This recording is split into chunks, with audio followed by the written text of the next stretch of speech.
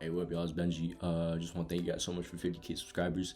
So this video is gonna be really quick breakdown of how I got started selling beats online, and just giving some advice on how you guys can sell beats online as a producer as well, and make a substantial income off of it. So back in 2015, I started making beats, and I didn't start uploading them until I'm gonna say like 2016.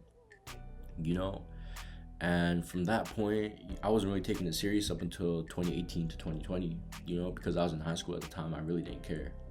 But I think the jump was in 2018, 2018, where I really started taking it serious, because at that point, I was out of school, and I was still trying to figure out my way through life, because I knew I didn't want to work a job, and I knew I didn't want to go to school, and I always wanted to do music, So I had to find a way to make it work, So I really educated myself, and really put in a lot of work over the 2 years from 2018 to 2020 to really push my music and push my brand, and really go from literally, I'm gonna say like $600, $700, $800 a month to making $10,000 in a month. And I'm gonna be breaking down my process for you guys, and showing you guys how I did that, and just breaking down the different income streams you guys can take advantage of as producers, especially online and the internet, because don't let them fool you, bro. There's a lot of money online. There's a lot of money in the internet. In this game, there's a lot of money, So especially for upcoming producers as well, like you just gotta put the work in. Like I've seen people, start channels in a year and go from 0 subs to like 100K in a year, So it's very possible for you as a producer to, grow your brand and really get out there and make some money, So I'm just breaking down real quick. The first thing you could do is leasing beats online. Everyone knows about leasing beats online. BeatStars, Airbit, Track Train, YouTube, email. There's a lot of ways you can sell beats online, for real. And with that, it's very simple. You can go sell. Right now, I'm just break down my prices. As a producer, you set your own prices.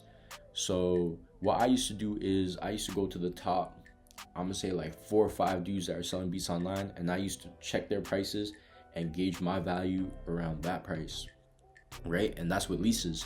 And with leases, you got like your regular lease, your premium wave lease, trackouts, unlimited and exclusive, And for me personally, I'd be selling my regular lease for around $50. My premium lease with the wave is around $60. And I do something a little different than most producers now, because most producers, they'll sell their trackouts for like $100, $150, right? And then they'll sell their unlimited lease for around like $250, $300, right?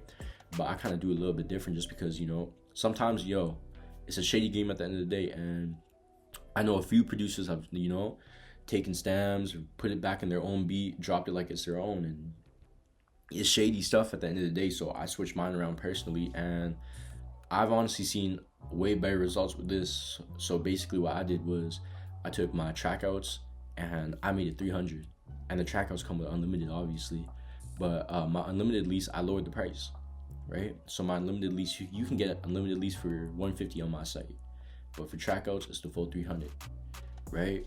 And at the end of the day, if people want a product, they'll still pay for it, So don't be afraid to, adjust your prices, how you gauge it, how you value it, and how you want your business to work, because at the end of the day, you're running it, So that's just like some quick game on leasing, It's very simple, very standard, like real basic stuff.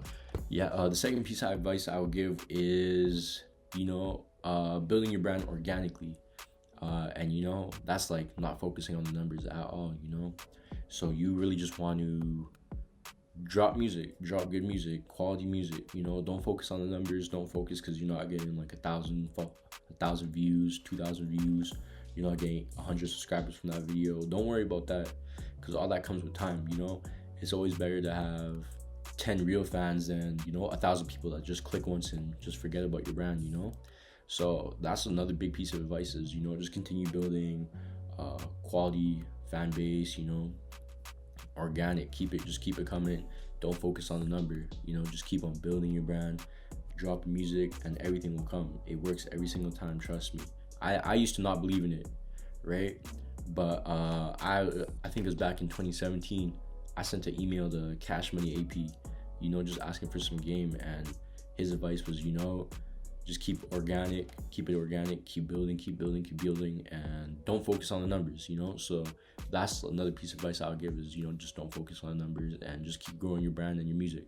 And another stream of income or revenue you can find as a producer is, through exclusive beat sales, email marketing, and custom beats. Custom beats is a big one a lot of people tend to forget, right? So exclusive beats is like you're selling your exclusive from your website. Like whatever beat you have online, someone wants exclusive, you set the price, you sell it. It's very standard. Email marketing, or not, I don't call it email marketing, it's like packs. I'm saying packs through the email. It's a little bit different. With that, it's like that usually happens when you have a few more relationships with artists. You're not saying it to some random people. It's like people who are there for business and are really serious about their craft. So you're sending out packs through there. And download this app, I think it's on Google Chrome, it's called Mail Tracker. That one will save lives because it'll let you know when people open your email and all that other stuff. So you really want to keep track of everything and know who's ghosting you, who's really responsive to your emails, and you can really tunnel in on, I guess, your email list when it comes to sending out packs and stuff. So that's another one. And the third one is custom beats.